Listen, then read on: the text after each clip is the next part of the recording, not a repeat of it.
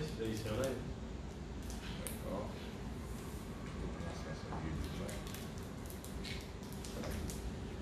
Bonsoir tout le monde. Oui, je vais le mettre.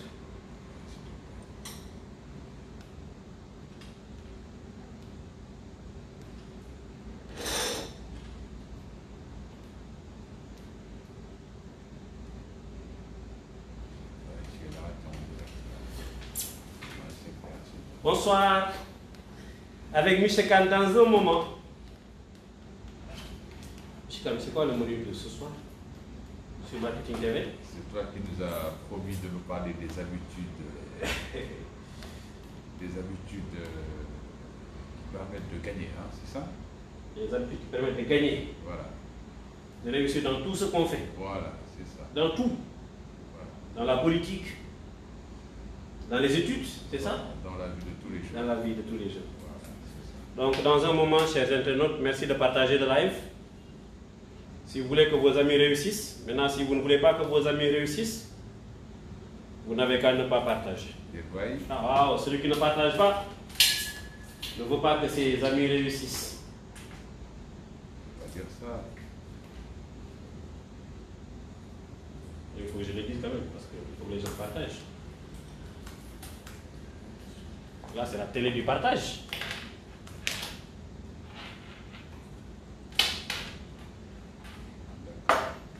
Un petit moment et c'est parti. D'accord. Super. Est-ce que les gens commencent à se connecter? J'espère. Je ne suis plus maintenant aussi bon que ça. Oui, la connexion arrive. Donc, les gens commencent à se connecter. Parfait. Alors,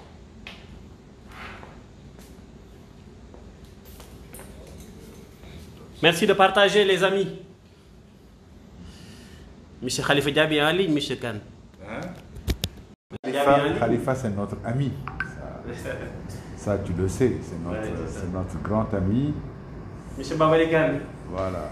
Monsieur Babali Khan vous salue également.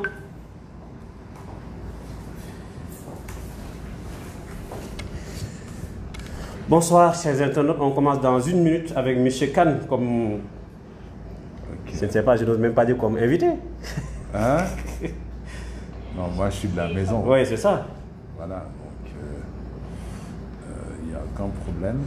Merci de partager, les amis. Voilà. Et on va commencer dans un moment. C'est ça.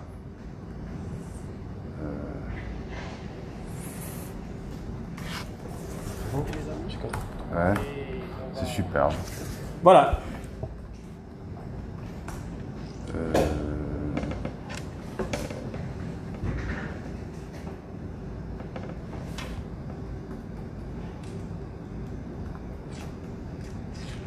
Bonsoir Kiné Gaye, bonsoir Babali Khan. Kiné est connecté. Oui, Kiné est là. Kiné, c'est vraiment notre Kiné, quoi, comme on dit. Voilà, Kiné, ça c'est nous, comme dirait l'autre. D'accord. Voilà, donc c'est ça. Merci d'envoyer vos questions. Ouais. N'attendez pas la fin de l'émission pour... ce serait bien que les gens envoient des questions comme la dernière fois sur le live, sur la page Marketing TV Monde directement. Oui, c'est ça. Voilà, et nous allons traiter les questions, M. Khan. Voilà, c'est ça. En fait, c'est... M. Khan, nous sommes où présentement? Pas seulement des questions, mais des contributions aussi. Oui, quelles sont les contributions? Vos questions et contributions sont les bienvenues. Aussi, c'est important de voir les choses comme ça. Ok. D'accord. Super. M. Khan, on peut démarrer là? Oui, moi je suis... Bonsoir chers internautes, bonsoir à tous ceux qui sont connectés sur la page internet de Marketing TV Monde et sur l'application Marketing TV Monde. Nous sommes de retour chez nous, c'est ça M. Khan, nous sommes où là? À l'hôtel Colonia. Nous sommes à l'hôtel Colonia et nous allons parler d'habitudes.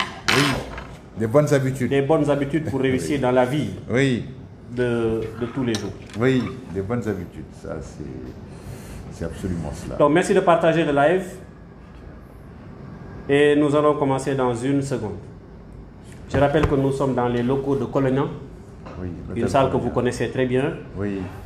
Et je crois que c'est le premier live depuis le début de l'année 2020.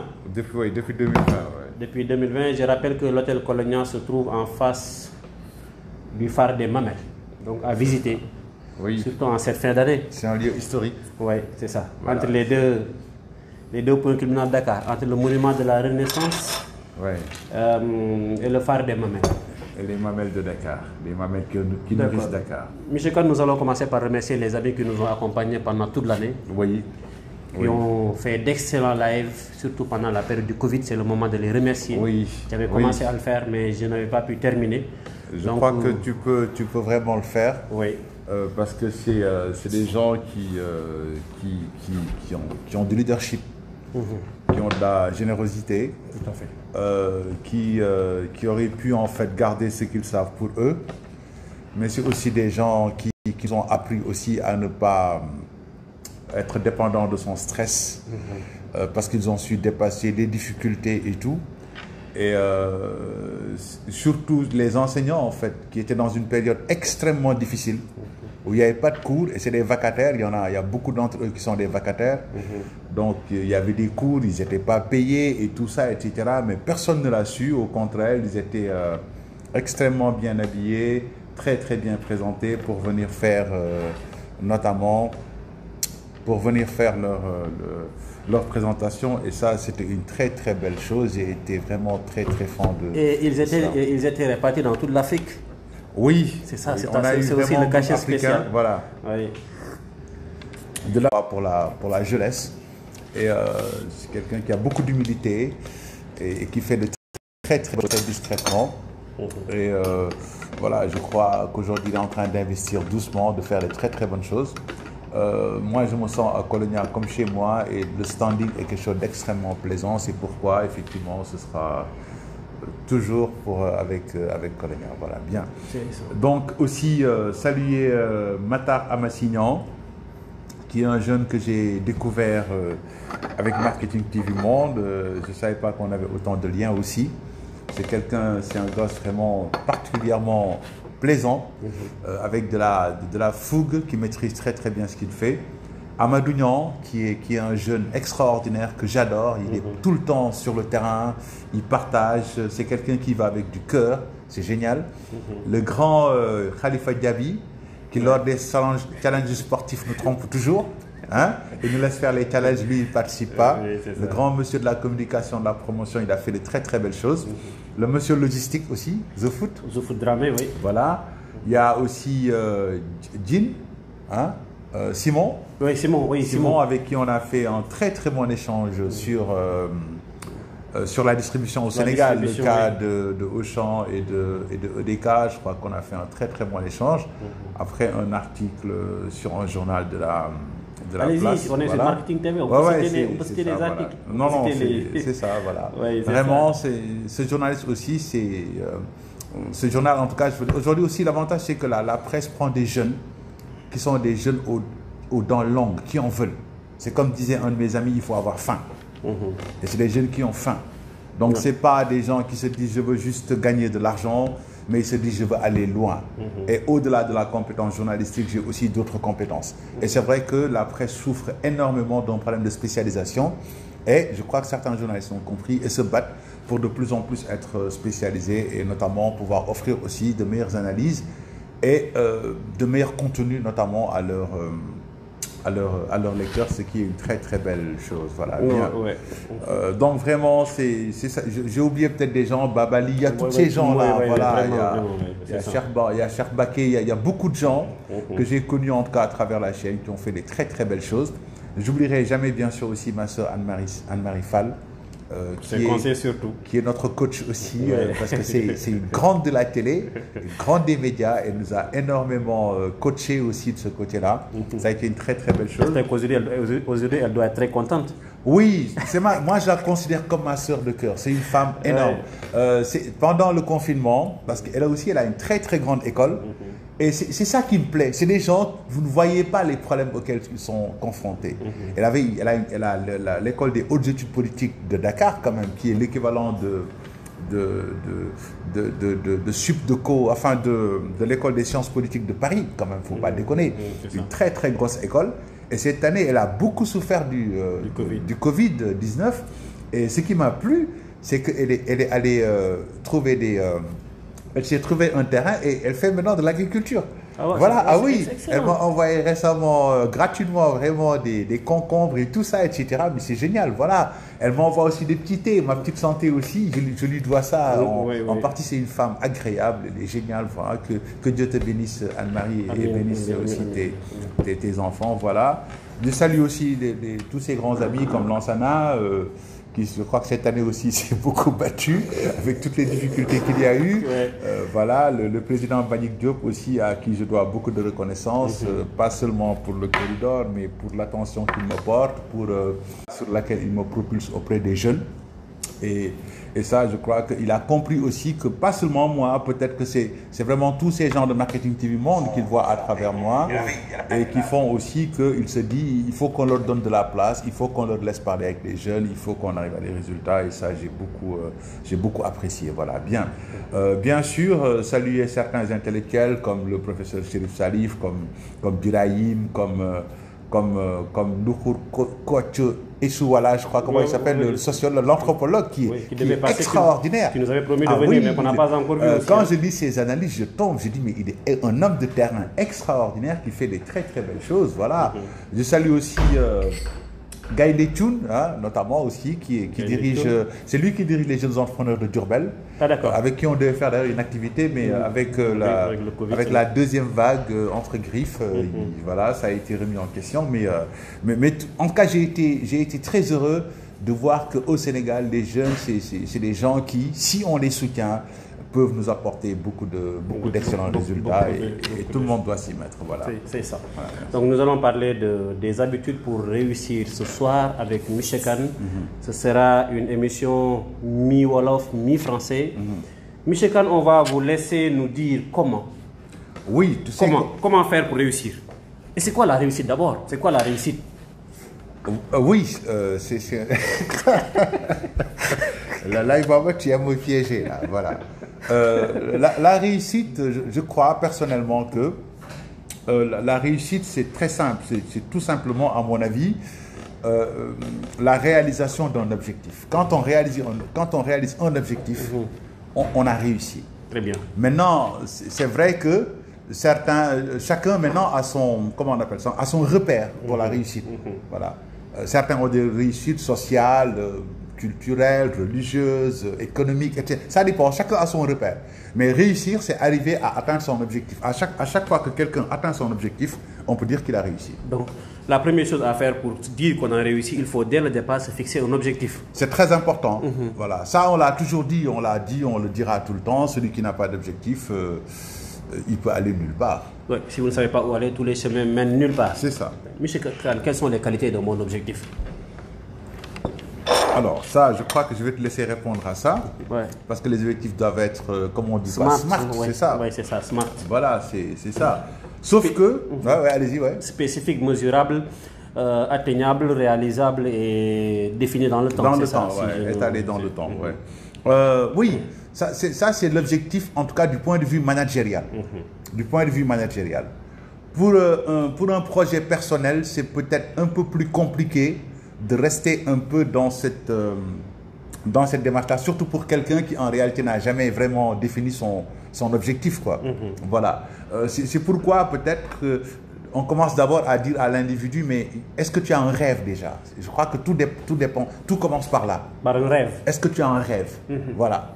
Quand on parle à un individu qui veut vraiment se développer, commençons par lui parler de rêverie. Est-ce que vous avez vraiment un rêve? Parce que je crois que le processus va commencer par un rêve. Quelqu'un qui n'a pas de rêve, il n'a pas quelque chose qui le porte. C'est très important. Il faut avoir un rêve. Ensuite, traduire ce rêve en ambition aussi, pour vraiment se donner le moteur. Et ensuite, maintenant, on peut définir des objectifs, comme tu l'as dit, qui sont clairs, qui sont atteignables, qui sont réalistes, et qu'on peut changer et en tout cas adapter dans le temps. Voilà. Et celui qui veut réussir doit avoir des habitudes.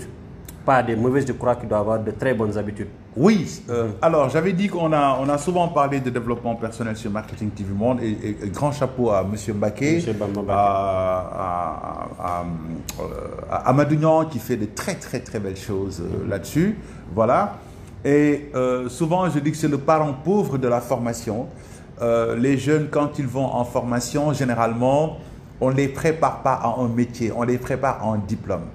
Et ça, on l'a toujours dit, c'est toujours cette problématique de cette histoire de on forme les gens pourquoi? Est-ce qu'on les forme à un diplôme ou on les forme à des fonctions? Donc ça, je crois que ça a été une question très débattue entre les ingénieurs de la formation, entre le secteur privé. Mais je crois que jusqu'à présent, c'est un domaine qui n'a pas encore été complètement... en tout cas, il n'y a pas encore une solution adéquate. Et je crois qu'il est important qu'on essaie de trouver très rapidement une solution là-dessus. Parce que les jeunes, quand ils viennent, en tout cas en post-bac, on leur dit vous faites marketing, on leur présente les matières à faire. Généralement, le jeune, dès le départ, il ne fait pas le lien entre les matières. Et il va se dire, je choisis les matières. Il fait comme il faisait au lycée, en fait. En se disant, moi, c'est maths. Moi, c'est par exemple série scientifique, je me concentre sur ça. Moi, c'est lettres, je me concentre sur ça. Alors que, quand vous venez en post-bac, on vous forme pour un métier, sauf que ce métier, on ne peut pas vous l'enseigner en un semestre ou en 1 an ou 2 ans. On vous forme pour un métier, mais sur notamment un processus plus ou moins long. Et il est important que l'apprenant, dès le départ, comprenne qu'il y a une convergence de l'ensemble des éléments vers ça. Et malheureusement, non seulement l'étudiant n'est pas préparé à ça, mais même les professeurs eux-mêmes ne sont pas préparés parce que chaque prof cloisonne. Il dit, moi, c'est ça ma matière. En oubliant que votre matière, c'est très bien, mais il faut l'adapter à ce que vous enseignez. Hein? Voilà.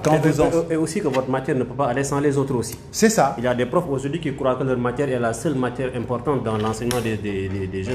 Non, c'est ça. C'est pour, par exemple, le fait de faire par exemple des études de cas où ça regroupe plusieurs matières. C'est important, okay? Oui. Quand vous faites par exemple des études de cas de marketing, mettre à la fois le prof de statistique, le prof de mathématiques financières, voilà, le prof de comptabilité, le prof de marketing, etc., le prof de planification. Donc, tous ces éléments-là, quand vous le prof de management, parce que tout ça entre en jeu pour réaliser un plan, par exemple. D'accord? Et là, les étudiants peuvent, dans ce cadre-là, voir que l'ensemble des cours que je prends m'amène vers un seul et même objectif. Mais là aussi, se posent d'autres problèmes pour lesquels c'est la faute des écoles aussi, à mon avis. Parce que les écoles aussi, toute la réflexion qu'ils ont, c'est une réflexion... Enfin, pas toutes les écoles aussi, mais beaucoup d'écoles, peut-être qu'ils ne se sont pas posé la question aussi, peut-être. Mais je crois qu'il faut le verser dans le débat. C'est vraiment la question, par exemple, de la rémunération des profs. Généralement, c'est comment faire pour... Parce qu'eux, ils parlent de quantum horaire, combien d'heures je vais payer, etc., etc. Alors que quand on regarde les charges d'une école, je ne crois pas que les charges des profs soient des charges fondamentales, soient des charges forcément les plus importantes, à mon avis. Hein. Je n'ai jamais dirigé d'école aussi, je dois le dire. Mais je crois que le système LMD avait pour idée de diminuer justement le présentiel. Oui, c'est ça. Et les écoles auraient pu diminuer le temps de présentiel pour encourager en fait des activités communes, transversales, afin que l'apprenant comprenne que une matière ne peut pas partir sans l'autre. Si tu es un bon mercaticien, si tu veux être un bon mercaticien, tu n'es pas bon en comptabilité analytique, ça ne sert à absolument rien. Voilà. Si tu veux être un manager, mais tu ne sais pas planifier, tu ne sais pas manager des projets, etc., ça ne sert à rien parce que tout ça entre dans le cadre de tes activités. Et ça, il y a un travail à faire. Et dès le départ aussi, il y a certaines écoles, il y a certaines business schools qui le font, hein, mais dès le départ aussi, on ne prépare pas l'étudiant au passage de ce que Descartes appelait le monde des livres vers le grand livre du monde. Et ça, ce qui peut permettre de le faire, c'est vraiment dès le départ faire un bon coaching de l'ensemble des nouveaux avant même qu'ils n'entrent dans le cadre du développement personnel. Certaines business schools ont déjà des pratiques d'intégration des étudiants dès le départ. Okay, ils ont des semaines d'intégration où ils ont des activités d'intégration, de visitage, de sortie, etc. et tout, qui sont des activités qui sont liées au développement personnel. Ce serait bien de mieux organiser ça, que ça soit moins un bisutage, mais que ça soit plus une intégration en termes de développement personnel pour aider chaque apprenant à voir c'est quoi son rêve d'abord. C'est très important. Ce qui permet même dès le départ, si on voit qu'il est mal orienté, on peut l'amener vers une autre filière ou une autre spécialité pour qu'il ne puisse pas perdre du temps. Et ça permet de permettre à chacun de se dire, voilà ce dont je rêve, voilà mes ambitions, voilà comment je me vois dans 3 ans, dans 5 ans, voilà ce que je voudrais faire dans ma vie. Et en même temps, je crois que ça permet de l'emmener vers la bonne filière et de lui donner la motivation pour bien apprendre et réussir. Voilà, atteindre ses réussir, c'est ça. Mais on ne peut pas réussir sans avoir de bonnes habitudes. Quelles sont les habitudes? Quelles sont les bonnes habitudes pour réussir? Alors, j'avais dit qu'il faut qu'on soit dans une conversation et avec aussi, non c'est vrai, avec aussi la participation de nos amis. Des internautes. Voilà. J'ai vu qu'il y a des gens qui ont déjà commencé à contribuer.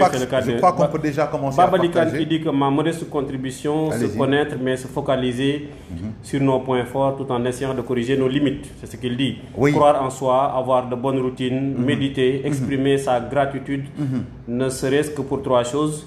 Limitation, car c'est la voie vers le succès. Quand je dis imiter, c'est regarder ceux qui ont réussi. Ça veut dire que telle personne a réussi, moi j'essaie de faire comme lui. Les choses qui marchent et je l'approprie. Voilà. Poser les bonnes questions. Car comme l'a dit Tony Robbins, il faut être un détective. Lire, lire, lire, lire. As the saying goes, readers are leaders and leaders are readers. I'm not good in English, Mr. Khan. Voilà ce qu'il a dit. Donc il faut commencer par connaître ses points forts. Et ses points forts, il a dit. Mais je crois que M. Khan, est-ce que connaître ses points forts suffit? Il faut également connaître ses points faibles et ses points faibles. Oui, ça dit que ça. Il est merci, M. Khan, pour cette... Merci beaucoup, Babali. Merci, parce que, en fait, avant de parler justement de ses habitudes et tout ça, de ses comportements et attitudes, la première partie, le point de départ, c'est d'abord prendre conscience aussi. Parce que avant même d'évaluer ses points forts et ses points faibles, il faut savoir prendre conscience de sa situation. Et ça, c'est un travail très très important qu'il faut faire. Parce que si vous dites à quelqu'un, faites votre évaluation, ou bien vous devez faire votre évaluation, et que lui-même ne prend pas conscience qu'il a des limites, qu'il a des choses à améliorer, le travail de développement personnel n'aura pas beaucoup de sens, n'aura pas beaucoup d'intérêt. Donc je crois que là, c'est très important, en tout cas à mon avis, que des individus travaillent déjà à prendre conscience de leur situation. Parce que c'est quand on prend conscience de la situation, donc on pose le diagnostic, qu'on pose la problématique, et c'est là qu'on va avoir la volonté. Parce que je l'ai dit la dernière fois, tout part de la volonté. Quand on n'a pas la volonté d'aller de l'avant, ben on n'ira pas de l'avant. C'est absolument clair. Si vous dites, je sais comment est-ce qu'on fait le développement personnel, comment est-ce qu'on fait l'auto-analyse et tout, vous savez le faire, mais vous n'avez pas envie vraiment, vous n'avez pas envie de mobiliser, de faire des sacrifices, vous n'irez pas. Combien de gens se disent tous les jours, j'ai envie de maigrir, mais voilà, ils prennent, comme on dit, parce que c'était ça en fait l'idée de notre émission, à la fin de l'année, les gens prennent des bonnes résolutions et après, qu'est-ce qu'on fait de nos bonnes résolutions? Maintenant, quand tu n'as pas vraiment envie, quand tu n'as pas envie de te sacrifier, mais de mobiliser les ressources, de te serrer la ceinture pour y aller, forcément la réussite ne sera pas au rendez-vous. Tu auras des bonnes résolutions qui resteront des rêves, alors que j'avais dit qu'il ne faut pas s'arrêter aux rêves, il faut descendre vers l'objectif et le mettre en œuvre. Voilà. Bien. Alors, on va revenir sur les habitudes. Très bien. Donc, je remercie énormément Babali pour ça, parce que très très sérieusement, le processus de développement personnel commence par la prise de conscience de sa situation. Ensuite, avoir la volonté d'aller de l'avant, ce qui vous permet de faire ce qu'on appelle de l'auto-analyse. L'auto-analyse, c'est un SWOT que vous faites pour vous. Il y a une manière de le faire pour voir quels sont mes points forts, quels sont mes points faibles, quelles sont les opportunités que je peux avoir et qu'est-ce qui demain peut m'entraver dans mon épanouissement. D'accord? C'est un peu donc une approche SWOT. Voilà. Sauf que là-bas, en amont, vous avez une volonté, vous savez où est-ce que vous voulez aller. Ça vous permet de bien identifier les forces et faiblesses. Parce que les forces et faiblesses d'un individu ne sont pas standardisés. Comme je le disais souvent quand j'enseignais le développement personnel et que j'appuyais les jeunes, donc il y a peut-être 15 ans ou plus, voilà, quand je leur disais que, par exemple, le fait d'être nerveux, ce n'est pas forcément un point négatif. Socialement parlant, c'est un point négatif. Mais pour un vendeur, ça peut être un moteur important. Okay, ça peut être par exemple le fait d'être quelqu'un de nerveux ou en tout cas quelqu'un de teigneux. Généralement, socialement, on vous dit c'est pas bon, faut pas insister, etc. C'est mauvais, socialement parlant, culturellement parlant, je veux dire. Mais dans le métier, être quelqu'un qui vraiment en veut, qui est teigneux, qui veut souvent gagner, etc., c'est pas forcément quelque chose de négatif. Donc, dans cette attitude-là, ou dans ces qualités-là, ou dans ces habitudes, il peut y avoir une partie négative à maîtriser, mais il y a aussi une partie positive à développer parce que ça peut être des choses extrêmement importantes. Voilà. C'est comme par exemple le fait d'aimer l'argent. d'aimer la réussite, d'aimer la gloire, d'aimer les reconnaissances, etc. Généralement, culturellement parlant en Afrique, les gens vous disent, il ne faut pas faire ça. Ce n'est pas bien de se faire voir, de se faire connaître. Il faut être humble, il faut se cacher, etc. Alors que, par exemple, moi, quand j'ai un vendeur, j'ai souvent fait des recrutements. Et souvent, mes recrutements ne sont jamais des recrutements géniaux parce que je ne suis pas dans le recrutement classique, costard, cravate, on discute. Moi, je suis souvent dans des méthodes de recrutement très éprouvées en matière commerciale. Parce qu'en matière commerciale, il y a quand même deux méthodes qui sont très importantes quand vous voulez recruter des commerciaux. C'est ce qu'on appelle la mise en situation 1 et deuxièmement, ce qu'on appelle la méthode de l'enfer, que j'utilise beaucoup d'ailleurs. C'est un peu difficile pour les recruter parce qu'ils sont complètement déstabilisés. C'est ça. Parce que si quelqu'un vient, ça pose un problème. Voilà, bien. Donc, souvent, dans les recrutements, là aussi, quelquefois vous rencontrez quelqu'un, vous lui dites, mais écoutez, pourquoi est-ce que vous voulez bosser avec nous? Et vous rencontrez quelqu'un qui vous dit, parce que je soutiens de famille. Je dis, mais d'accord, au revoir. L'entretien s'arrête. Moi, quand vous me dites, je viens travailler avec vous parce que je soutiens de famille, ça ne m'intéresse plus. Je ne sais pas si vous m'avez bien compris. Voilà. Ou bien quand vous dites, bon, voilà, j'ai cherché, je n'ai pas trouvé un emploi et à mon âge, tout le monde travaille, moi aussi, je veux travailler. Je dis, pour moi, ce n'est pas un ressort important. J'ai envie de sentir autre chose, en fait. Et de me dire que je suis, en tout cas, notre entreprise est dans un challenge, dans, en tout cas, une envie d'aller loin, dans une aventure, c'est le mot que je cherchais, et on a envie d'avoir quelqu'un qui puisse nous accompagner dans cette aventure où nous allons gagner ensemble. Donc c'est véritablement ça. Voilà. Voilà, je remercie M. Baba Kane, M. Diaby et tous ceux qui sont connectés, tous ceux qui sont avec nous. M. Kane, est-ce que quelqu'un qui veut réussir doit être paresseux? Oui. Alors là, on en vient aux habitudes. Je crois que c'est hier qu'on a beaucoup discuté. C'est vrai que tous les deux, on n'est pas très inspirés ces temps-ci parce qu'il y a beaucoup de travail. Malheureusement, au Sénégal, je le disais ce matin, je faisais une séance de restitution d'une activité et je disais aux participants, je leur dis, le problème que nous avons au Sénégal, c'est que c'est toujours trop tard. Ça, je l'ai dit là lors de ma dernière émission avec vous. C'est souvent on vous donne un job à faire, vous prenez votre temps et à la fin tout le monde dit c'est pressé. Donc aujourd'hui au Sénégal, si vous regardez, je suis sûr que ceux qui nous regardent sont témoins de ça, les gens sont tous surbookés. Et on se pose la question de savoir pourquoi à ce moment précis, tout le monde est surbooké. Parce que ce qu'on n'a pas pu faire, ben, c'est le moment de le faire. Et généralement, qu'est-ce qui va arriver? On n'aura pas tout fait. Voilà. Et ça, c'est un aspect sur lequel aussi on va y aller tout à l'heure. Et je crois que hier, on a discuté du thème. Et je t'avais dit que je pense que c'est la fin de l'année, les gens prennent des résolutions. On peut modestement participer à la réflexion avec eux. Donc modestement, c'est très important. Parce que nous parlons de choses que moi je parle en tout cas d'habitude, que moi-même je n'ai pas en fait complètement en moi. Et je suis perpétuellement dans un processus de développement personnel. C'est pourquoi je dis qu'il est important qu'on ouvre pour qu'il y ait des contributions, qu'on réfléchisse ensemble. Un prédicateur disait une fois dans une de ses communications, je suis là pour vous rappeler les bonnes pratiques, mais n'oubliez pas que celui qui rappelle est celui qui est le premier à en avoir besoin. Et ça, c'est important que vous compreniez ça. En tout cas, moi, dans toutes les communications que je fais, tout ce que je dis, je me le dis d'abord à moi, avant de pouvoir le dire Oui, c'est parce que c'est ça la réalité, parce que nous sommes des êtres humains, nous sommes dans un processus d'amélioration continue. Et je t'avais dit hier que, parlant d'habitude, vraiment, Stephen Covey avait écrit un livre qui s'est vendu à plusieurs millions d'exemplaires dans le monde et qui est une référence. Et là, oui, parce qu'il parle de son expérience et il dit il y a 7 habitudes qui sont les habitudes de ceux qui réussissent tout ce qu'ils entreprennent. Voilà. Maintenant, je crois qu'on s'était promis de pouvoir en discuter.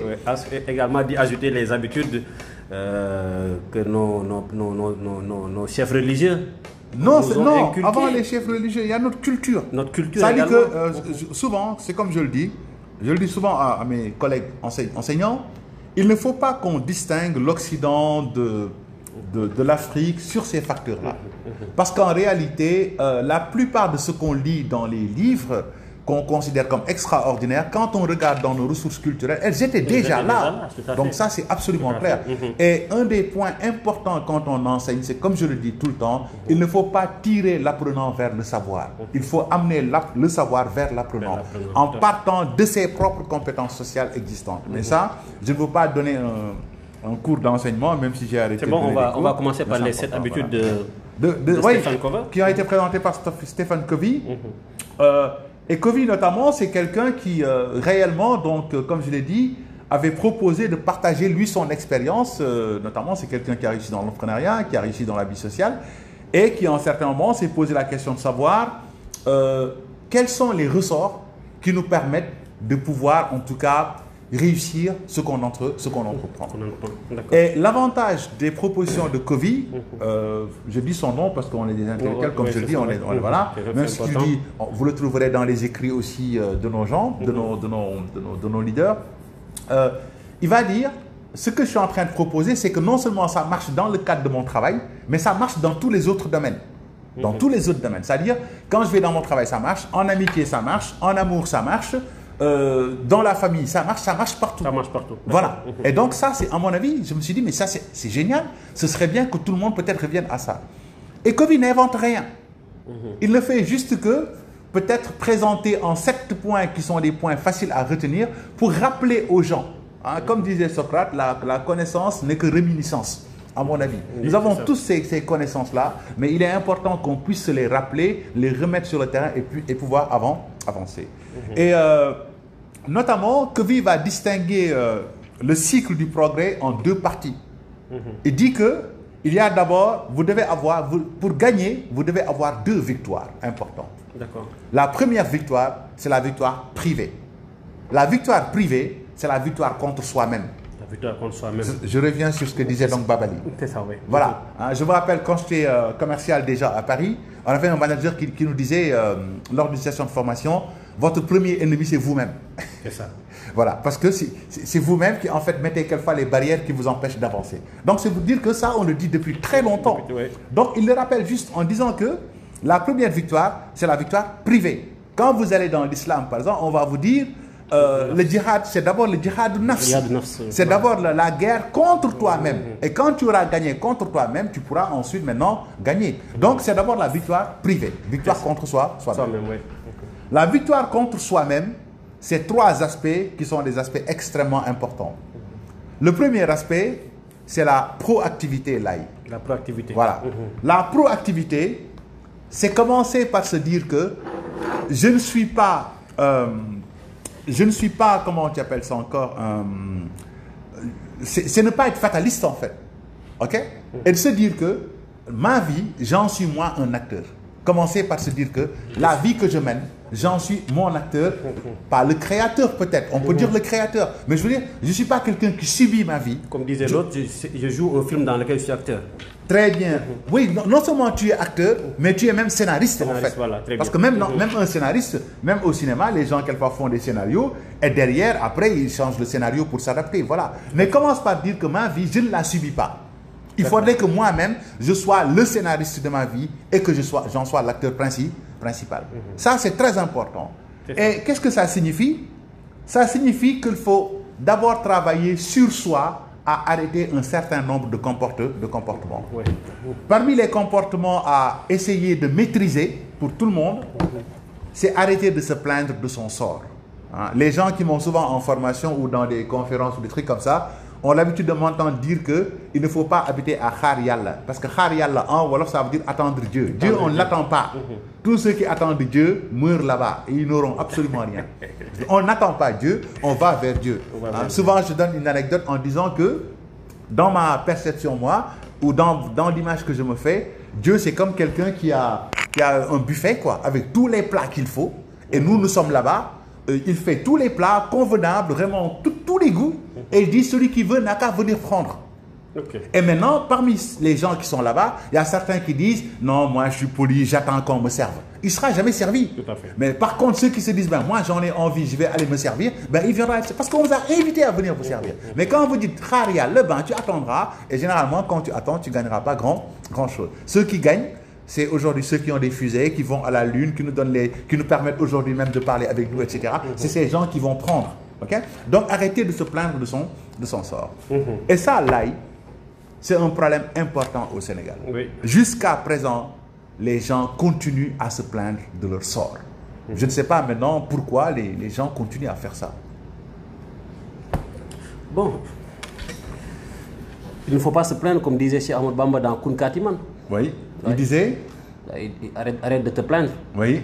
Aller voir quelqu'un, monsieur Khan, j'ai tel problème, monsieur Sow, j'ai tel problème. Non, non, non, il faut croire en Dieu et se concentrer sur ce que tu dois faire et aller vers l'essentiel. Avoir ses objectifs, fixer ses objectifs et y aller, tout droit. Oui. C'est-à-dire que moi, ce que je ne comprends pas, c'est le fait que beaucoup de... Pas tous les Sénégalais, hein, il y a peut-être une minorité peut-être. En tout cas, mais c'est peut-être la minorité la plus bruyante, comme on dit.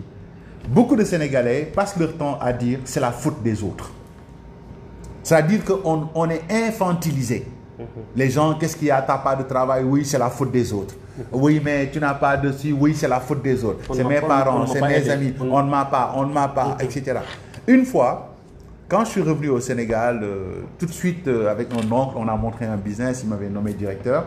On était en train de travailler sur un business. Et on m'a présenté un monsieur dont je tairai le nom, et dont le père était un ministre. Enfin, dont l'oncle, excusez-moi, était un ministre. Donc une fois, quelqu'un me l'a présenté, un ami, en me disant, bah, écoute, c'est un bon pote à moi, il a fait ses études et tout, etc., mais il ne travaille pas, est-ce que tu peux l'aider à trouver un job, quoi. Donc je l'ai invité à mon bureau, en entretien, on a discuté, et je lui dis, il m'a expliqué son parcours de formation, quoi. Je lui dis, mais pourquoi tu n'arrives pas à avoir un job? Parce que normalement, ça va être facile, quoi. Il me dit, oui, mais grand, tu sais, moi, je ne suis pas n'importe qui, quoi. Parce que tel est mon oncle, tu vois, mais bon, lui, il ne s'occupe pas de nous, quoi. Tu vois. Je lui dis, est-ce que vous êtes allé voir votre oncle? Il dit, non, mais lui, il sait que je ne travaille pas. Il doit m'aider, il le sait.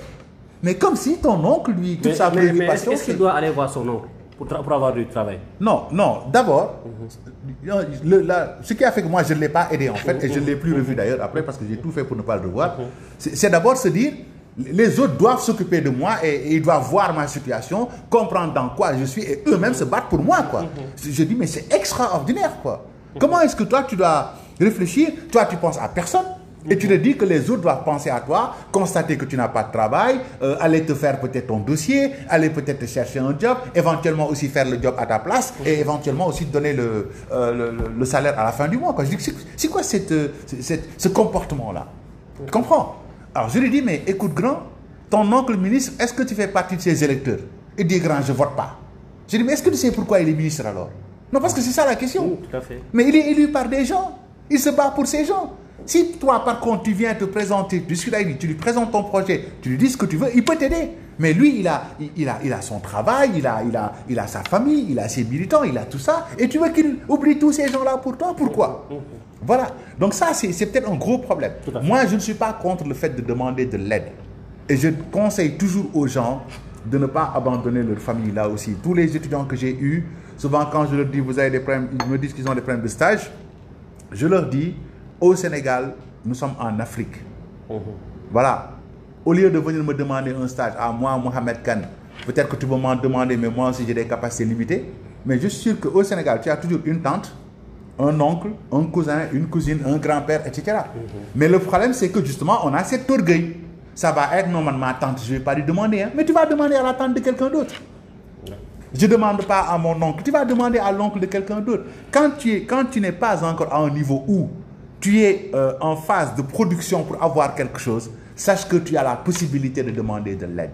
C'est normal que tu demandes de l'aide. Mais demande de l'aide à ceux qui sont censés t'aider. S'ils t'aident, c'est bien. S'ils ne t'aident pas, ce n'est pas une honte. C'est eux qui n'ont pas fait leur devoir et c'est eux qui devraient avoir honte. Voilà. Mais il y a aussi